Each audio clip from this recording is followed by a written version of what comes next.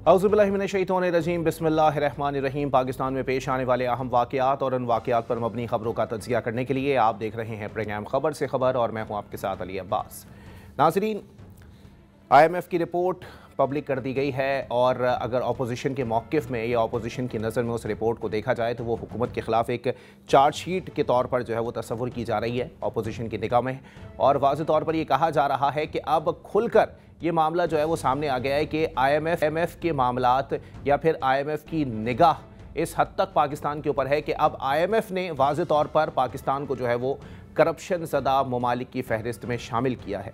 वाज़ेह तौर पर करप्शन ज़दा मुल्क जो है वो IMF की जानिब से करार दिया गया है पाकिस्तान को, और कहा गया है कि बड़े तबके या फिर ताकतवर हलके जो हैं उनकी जानिब से वाज़ेह तौर पर पॉलिसीज़ को जो है वो डिस्टर्ब किया जाता है, जिससे जो तरक्की के असरात आवाम तक आने चाहिए या जो चीज़ें जो है वो मुल्क की तरक्की में अपना किरदार अदा कर सकती हैं उनको सबूताज किया जाता है और उनके ऊपर पॉलिसी वायलेशंस तक की जाती हैं और पॉलिसीज़ को जो है वो हुकूमती सतह पर अपने हक़ में तस्लीम करवा लेना ये एक आम सी बात है।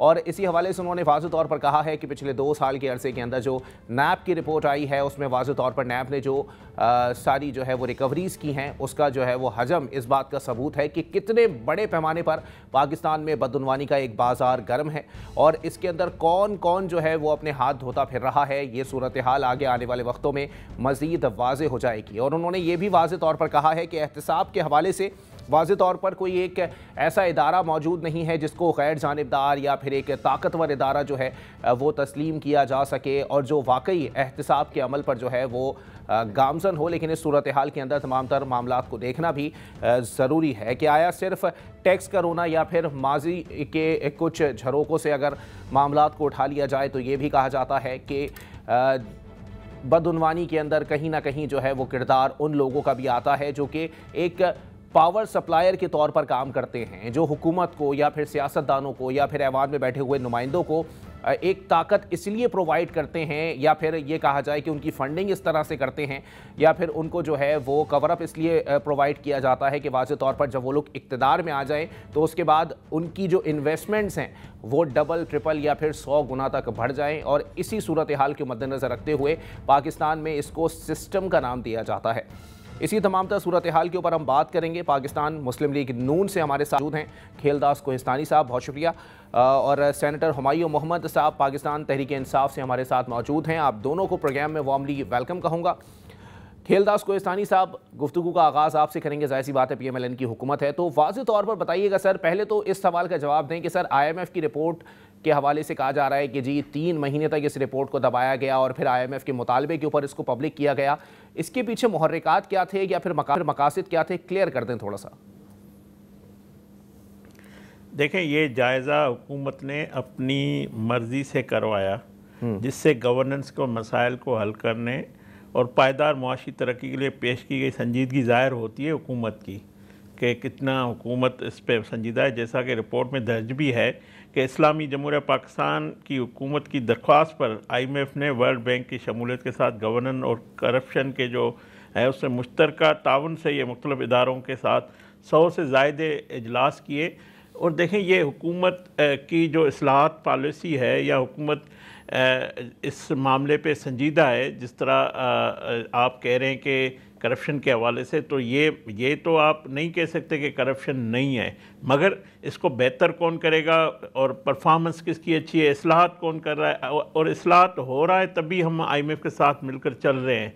और जिस जमात का आपने जिक्र किया कि वो कहते हैं कि हम टारगेट करेंगे या जो ये हमें हुकूमत पे तनकीद करने के लिए कोई मवाद मिल गया है, तो हम तो इनको ये बताना चाहते हैं कि यही IMF था जिनको आपने नाराज़ करके भेज दिया था और पाकिस्तान को डिफ़ॉल्ट करने के लिए आपने पूरा इंतज़ाम किया था। उस IMF को वज़ीर आज़म शहबाज शरीफ साहब ने यकीन दहानी कराई, कितनी इजलास हुए और फिर IMF को बहाल किया उस प्रोग्राम को, और उस प्रोग्राम को आगे बढ़ाया। बल्कि उस प्रोग्राम को वज़ीर आज़म साहब हमेशा कहते हैं कि ये अल्लाह करे कि आखिरी प्रोग्राम हो, तो हम वो इस्लाहात भी कर रहे हैं। ये हमारे लिए गवर्नेंस के लिए मैं समझता हूँ बेहतरीन मौका है, जो माजी में कुछ होता रहा है उसको दुरुस्त करने, इनको ठीक करने के लिए। और मैं समझता हूँ IMF हमें इसीलिए प्रोग्राम जारी भी रखा हुआ है कि हम जो आपस में की हुई कमिटमेंट है उस पर बेहतर नमूने चल रहे हैं। हुकूमत के जो इस्लाहात के हवाले से मुआशी तरक्की के लिए जो इक़दाम है उसको भी IMF जो है उसको बेहतर समझता है। तो ये वो जमात है जो खुद IMF को स्टेट बैंक उस वक्त आपने पता था कि उन्होंने IMF को किस तरह इख्तियारात दिए, क्या नेगोशिएशन की, मगर हम समझते हैं कि नेगोशिएशन तो इन्होंने की और ये बैक भी हुए इस नेगोशिएशन से, मगर ज़ाहिर है वो एक मुल्क की रियासत की होती है, किसी शख्स की नहीं थी जिसने अपनी सियासी मुफादात के लिए कहा कि नहीं हमने जो कमिटमेंट की है पेट्रोल की कीमतें बढ़ा दी जो IMF उसकी कोई, कि उनको पता था कि इक़्तिदार उनका जा रहा है। मगर अगर ये सब कुछ हम बेहतर अंदाज में ना करते तो मैं समझता हूँ हमारी मईशत दुरुस्त समत में नहीं जाती, मुल्क जो है दुरुस्त समत में नहीं जाता। और जिस तरह हम इस्लाहत कर रहे हैं, FDR की बात कर रहे हैं, IMF तो कह रहा है कि जो मामला चल रहे हैं और करप्शन का जो लेवल है वो सबसे ज्यादा माशी तरक्की पर असरअंदाज हो रहा है, वरना तो आज हमारा रेशो बहुत आगे बढ़ चुका होता तरक्की का। जी बिल्कुल, देखें हम पूरी कोशिश कर रहे हैं, निचली सतह में ये नहीं कह रहा हूँ, मगर ऊपर के लेवल पे काफ़ी बेहतर हुआ है। और हुकूमत ने जिस तरह वज़ीर-ए-आज़म शहबाज शरीफ साहब ने जो इस्लाहात की है इदारों को बेहतर करने के लिए, करप्शन के ख़ात्मे के लिए, तो हम पूरे तौर पे हमारी हुकूमत संजीदगी से इस पर कदम उठा रही है। ये बिल्कुल हो सकता है निचली सतह पे जो चीज़ें हैं उसको हम दुरुस्त करेंगे। हम जो भी हमारी जो सिमत है उसमें जिसमें करप्शन का चैलेंजेस हो और कोई चैलेंजेस है तो उसको हम दुरुस्त करने के लिए अपने इक़दाम कर रहे हैं, मगर उसका हरगिज़ मतलब ये नहीं है कि IMF जो मैं समझता हूँ IMF और हमारी जो कमिटमेंट है वो हम आगे बढ़ रहे हैं और इससे तमाम इन मसाइल को, इन चीज़ों को हम बेहतर करेंगे। ठीक है। अच्छा सेनेटर हुमायूं मोहम्मद साहब बताइएगा वाज़ेह तौर पर, क्योंकि जाहिर सी बात है आप लोग भी हुकूमत के अंदर रहे हैं और अब आप ऑपोजिशन के अंदर मौजूद हैं, इससे पहले भी आप लोग ऑपोजिशन में थे, वाज़ेह तौर पर बता दें सर, क्योंकि इस मामले के ऊपर कोई अपनी जान तो छुड़ा नहीं सकता, क्योंकि तमाम जमातें हुकूमत में रही हैं, जो हुकूमत में नहीं रही वो हुकूमत की इत्तेहादी ज़रूर रही हैं, यानी इस मामले के अंदर तो सब अपना अपना हिस्सा लेके बैठे हैं। बिस्मिल्लाहिर्रहमानिर्रहीम, या का नाबुदु व या का नस्ताइन। मुझे नहीं समझ आई कि अभी जो बात हो रही थी उसमें क्या हमें समझ आई, कुछ समझ नहीं आई कि हुकूमत क्या कर रही है क्या नहीं कर रही। मैं आपको सिंपल बताता हूँ। हुआ ये है कि जिस तरीके से जो याद है आपको अभी रिसेंटली कॉमनवेल्थ की रिपोर्ट को दबाई गई थी, क्योंकि उसमें बताया गया था कि किस पैमाने पे इन लोगों ने जो धांधली की है इन इलेक्शंस में, उस पैमाने पे इन लोगों ने उसको दबाने की कोशिश की। बिल्कुल उसी तरीके से इन लोगों ने इसको भी दबाने की कोशिश की। अब IMF क्या कहता है? IMF सबसे पहले डिफाइन करता है कि करप्शन को डिफाइन करता है, वो कहता है कि it's an abuse of authority for private gain. Private gain का मतलब क्या है? Fake accounts. प्राइवेट गेन का मतलब क्या है कि आप ऐसे करें कि आपकी जो आपके आसपास के जो रिश्तेदार हैं वो इस तरीके से अमीर हो जाएं कि उनकी जो ट्रेल ऑफ मनी है वो ना साबित हो। आप देख लेना, अभी रीसेंट पास में देख ले, पिछले 10 साल में वो कौन से लोग हैं जिनके ऊपर ये सारी जो दुनिया में, मैं पाकिस्तान की तो बात नहीं कर रहा हूँ, हम तो एक दूसरे के ऊपर गलत करते हैं, दुनिया के अंदर उनके या उनके ख़ानदानों के ऊपर ये क्या कह सकते हैं, मनी बियॉन्ड देयर मीन्स का जो एसेट्स बियॉन्ड देयर मीन्स का वो आया है, वो पता कर लेना। अच्छा, अब होता क्या है, वो बेसिकली कहते हैं, ये वर्ल्ड बैंक की रिपोर्ट के लिहाज से भी है कि वो कहते हैं कि जो 1% जो एलीट क्लास है, जिसमें आप डिफाइन करते हैं कॉर्पोरेट सेक्टर है, फ्यूडल लैंडलॉर्ड्स हैं, पॉलिटिकल क्लास है और एस्टैब्लिशमेंट है, इनको वो डिफाइन करके कहता है कि ये तकरीबन ऑलमोस्ट $20 बिलियन के ये लोग उसके ऊपर करते हैं, विच इज़ ऑलमोस्ट 6% ऑफ जो टोटल इकोनॉमी जो कंट्री की है ना, उस लिहाज से ये लोग कंट्रोल करते हैं। अच्छा, अब उसमें मज़े की बात ये है कि अब आप देख लें इस वक्त पार्लियामेंट में कौन लोग हैं। पार्लियामेंट में वो लोग हैं जो शुगर मिल ओनर हैं, पार्लियामेंट में कौन लोग हैं जो कि मीडिया ओनर्स हैं, पार्लियामेंट कौन है तो टोबैको वाले, पार्लियामेंट में कौन है आपके ये सारे पावरफुल लोग हैं। ये करते क्या हैं? ये इनके करने के 3 तरीके हैं, या मेनली एक तरीका है जो इन सारी चीज़ों को करता है।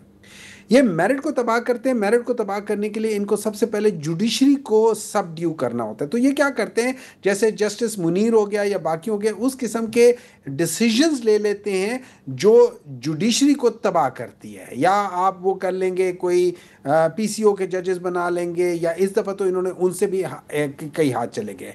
उससे क्या होता है कि ये अपने मनपसंद फैसलों को इंटरप्रेट करवाते हैं। फिर उससे क्या होता है, आपकी डेमोक्रेसी कमज़ोर होती है। जब डेमोक्रेसी कमज़ोर होती है, और उसकी एक और वजह ये हो जाती है कि ये मीडिया को कंट्रोल करते हैं। मीडिया में सिर्फ वो चीज़ें हुमायूं साहब फिर क्लियर करते हैं सर कि ये सिर्फ इसी दौर में हो रहा है या ये हर दौर में होता है?